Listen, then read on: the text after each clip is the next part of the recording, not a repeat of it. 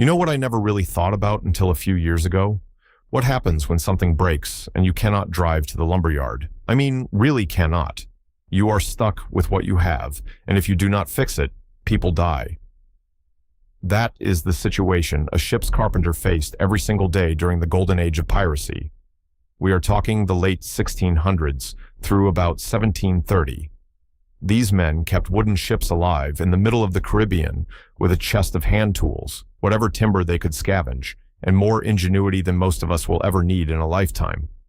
I started reading about how they worked, and honestly, it humbled me. I have a heated shop, a wall full of clamps, and all the time in the world, and I still stress about a tight joint. These guys were plugging cannonball holes in a rolling sea. Today, I'm going to walk you through 15 repair methods these pirate ship carpenters used, and every single one of them has something to teach us about working wood under pressure. Plus, stick around to the end, because I will show you an old trick for detecting hidden rot that I have started using in my own shop, and it works better than anything modern I have tried. Let us get into it. The golden age of piracy produced some of the most resourceful woodworkers who ever lived, and what makes their methods worth studying is not just the history, it is the problem solving. These men had to make permanent repairs with temporary materials, and the lessons they left behind are still practical for anyone who works with wood today. So let me start with who these carpenters actually were and why their skills mattered so much. When most people think about pirate ships, they think about captains and cannons and treasure. But the truth is, the most valuable person on board was almost always the ship's carpenter. On many pirate vessels, the carpenter was specifically protected by the ship's articles. He could not be harmed during a mutiny. He got a larger share of the plunder than most of the crew, and on some ships, he was exempt from combat entirely because losing him meant losing the ship. These were not rough amateurs banging boards together. Most of them had trained in Royal Navy dockyards or merchant shipyards before turning to piracy, or being forced into it, which happened more often than people realize. They understood white oak planking, live oak framing, the properties of tropical hardwoods like lignum vitae for bearing surfaces, and how pine and fir behave differently under stress when used for masts and spars. They worked with broad axes, adzes, augers, hand braces, draw knives, caulking irons, and mallets. And they carried all of it in a single sea chest that had to survive the same conditions they did. The philosophy behind their work was simple and brutally practical. The repair does not need to be beautiful. It needs to hold until we reach safe water. That mindset, doing what works with what you have, is something I think every woodworker can learn from, even if our stakes are a lot lower. The first thing to understand is the ship's carpenter himself and what he carried in that chest. This was not a man who could requisition materials. He maintained a personal toolkit that typically included a broad axe, an adze, a set of augers in various sizes from about 1/4 inch up to 2 inches, a hand brace with interchangeable bits, caulking irons in at least 3 profiles, a mallet, a draw knife, a crosscut saw, a rip saw, and a supply of oakum, pitch, tallow, and lead sheeting. He also kept spare tree nails, which I will explain later, and often carried a small grinding stone to keep everything sharp. That chest was his entire shop. Everything he needed to keep a 100-foot wooden vessel from sinking was in one box, roughly 3 feet long by 18 inches deep. When I think about how much space my own shop takes up, it puts things in perspective. Now here is something that changed how I think about assessing a project before I start cutting. These carpenters did not just grab a plank and start hammering. They read the hull the way a good woodworker reads a board. Before any repair began, the carpenter would walk the ship, inside and out when possible, looking for telltale signs. A plank that sounded different when tapped. A fastener that was weeping rust. A seam that was spitting oakum when the hull flexed in a swell. They were constantly assessing, constantly prioritizing. They knew that a small problem ignored becomes a fatal problem in a storm. That habit of walking your project, looking for the thing that is about to fail before it actually fails, is something I have started doing in my own work. I inspect old furniture now, the way those carpenters inspected a hull, and I catch problems I would have missed completely before. The third method is the one most people have heard of, even if they do not know the details: careening.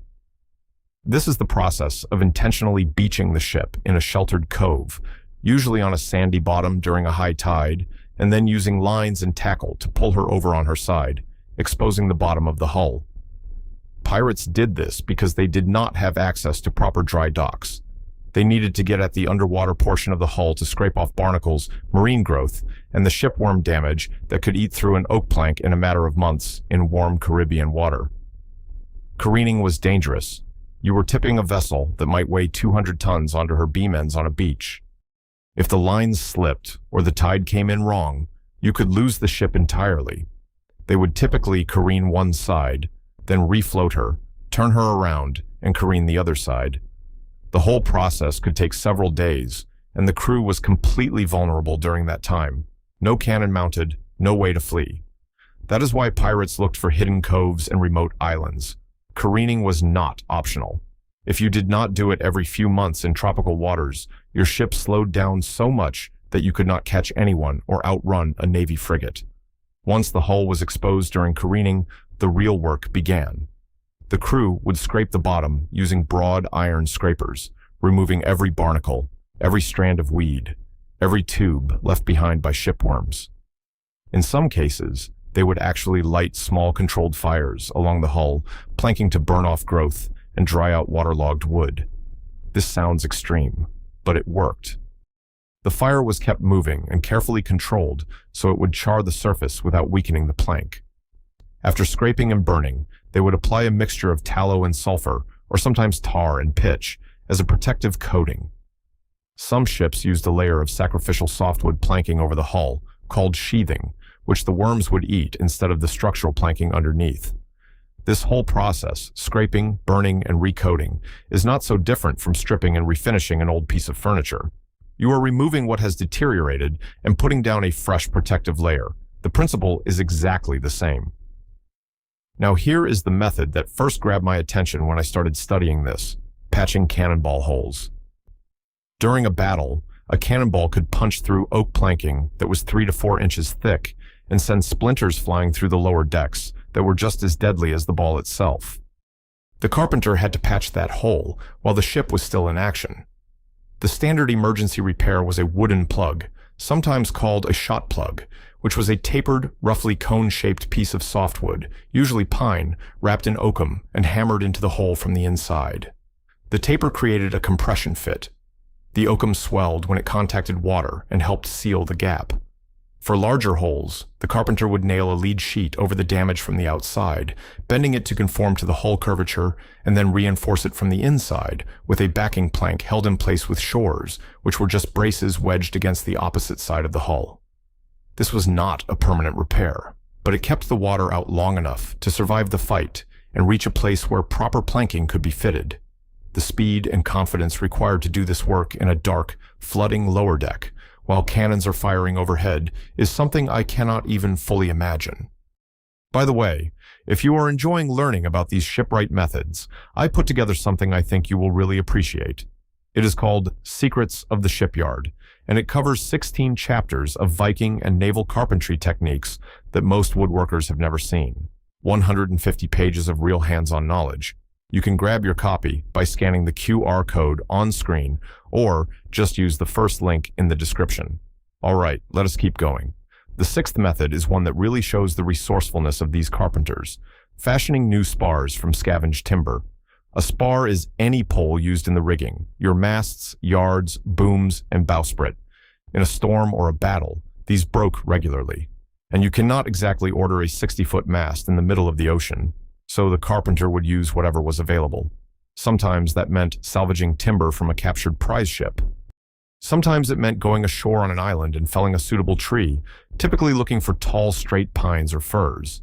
They would rough the log to shape with a broad axe, then refine it with an adze and draw knife, working it down to a taper. A replacement spar did not need to be perfect. It needed to be straight enough, strong enough, and light enough to get the ship moving again.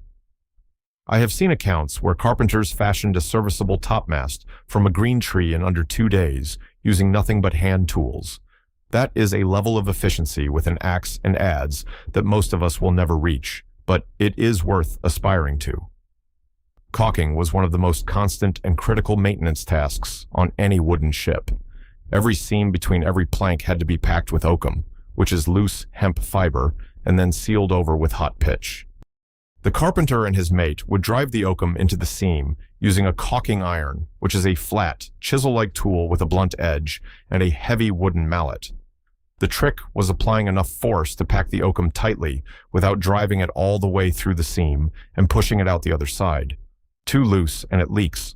Too tight and you split the plank or push the oakum through.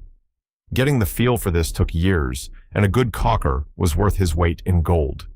In an emergency, when a seam opened up at sea, the carpenter would recaulk it from inside the hull, sometimes standing in rising water to do it. Emergency plank replacement below the waterline was the most dangerous repair a carpenter could face. If a plank was too damaged to patch, it had to come off, and a new one had to go on, ideally without sinking the ship. The method was to work fast. They would remove the damaged plank by backing out the fasteners or cutting through them with a chisel. A new plank would be shaped to fit, often from salvaged wood that was close enough in thickness, typically 2.5 to 3.5 inches for a vessel of 60 to 80 feet. The new plank was fastened, caulked, and pitched as quickly as possible while crew members bailed water from below. In some cases, they would use a sail pressed against the outside of the hull by water pressure to slow the flooding while the carpenter worked. That technique has its own name, and it is the next thing I want to tell you about.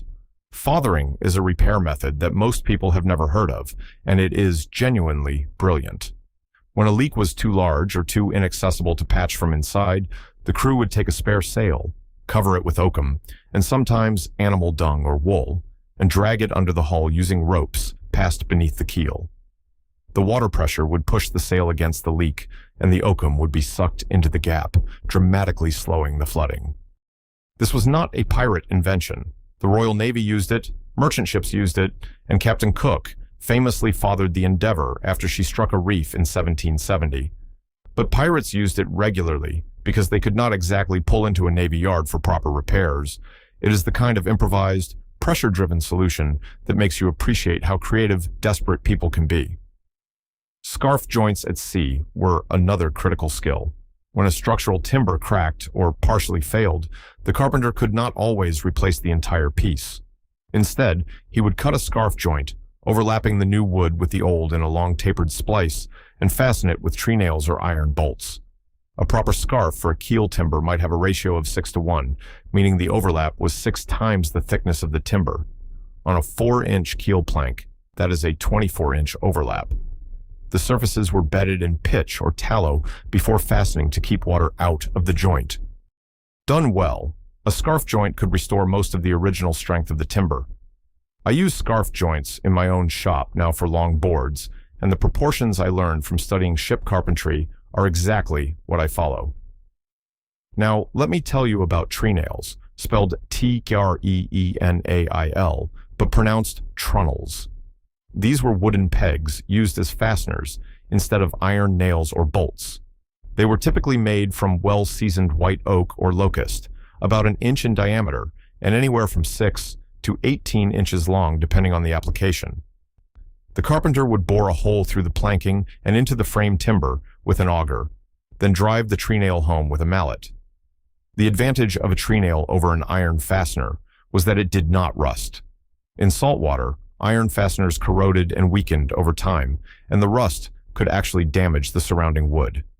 A tree nail, being wood, swelled with moisture and locked itself tighter as the ship worked in the sea. Pirates preferred them for repairs because they were easy to make from any hardwood available and required no forge. Detecting rot was something the carpenter did constantly, and his method was elegant in its simplicity. He would tap the hull planking with the back of his caulking iron, or a small hammer, and listen to the sound. Solid wood rings, rotted wood thuds. It is the same principle a lot of us use when knocking on a board at the lumber yard, but these men had trained their ears to detect subtle differences through layers of paint, pitch, and tar. When tapping was not conclusive, they would push the tip of a knife blade into the wood. Sound oak resists the blade. Rotted wood lets it sink in with almost no pressure.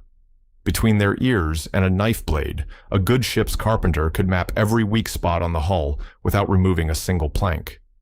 Rudder repair was one of the most critical emergency fixes because without a rudder, you cannot steer. Period. Rudders on ships of this era were massive timber assemblies, sometimes 12 to 15 feet tall, hung on iron pintles and gudgeons. If the rudder cracked, the carpenter would reinforce it with fish plates, which were long planks bolted across the break, like a splint on a broken bone.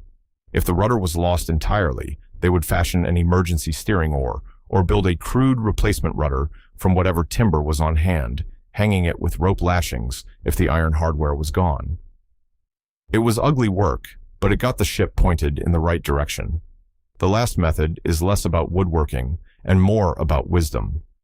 Every carpenter on every ship was expected to make regular reports to the captain on the condition of the vessel. He would assess the hull, the masts, the pumps, the fastenings, and give an honest accounting of how much life the ship had left. A good carpenter knew when a ship could be saved and when she could not, and that honesty could save lives. Walking away from a vessel that was beyond repair was the hardest call, but it was the right one. I think there is a lesson in that for all of us.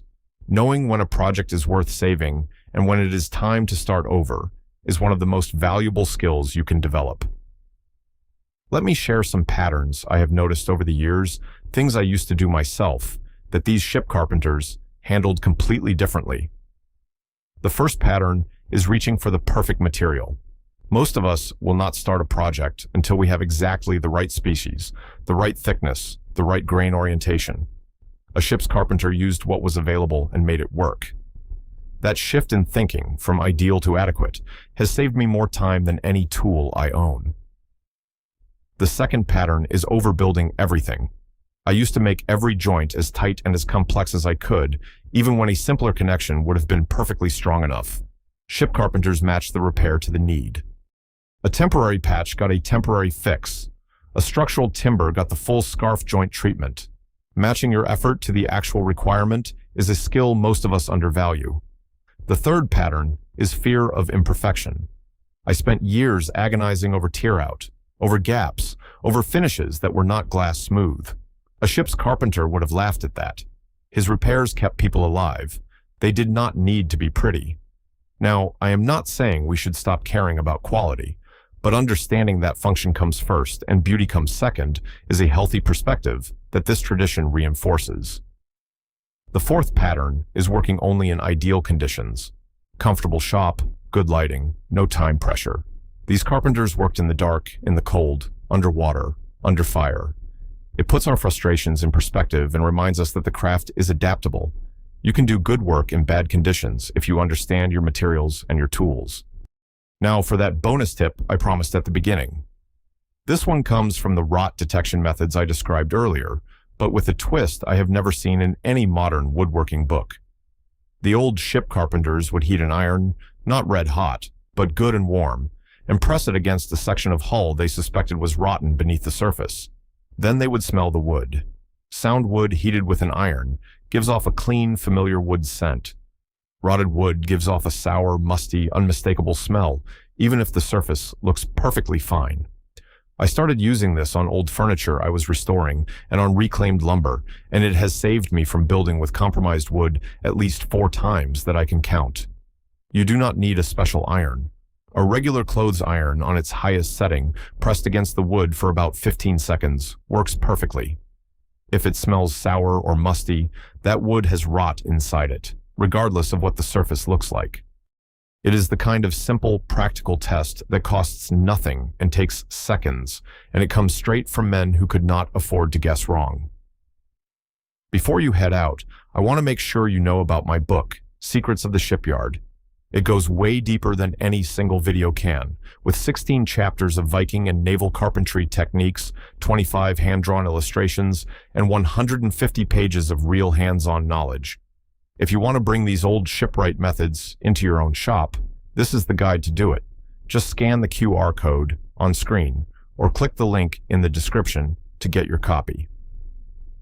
Thanks for spending time with me today, and if you have not already, hit that subscribe button so you do not miss the next one.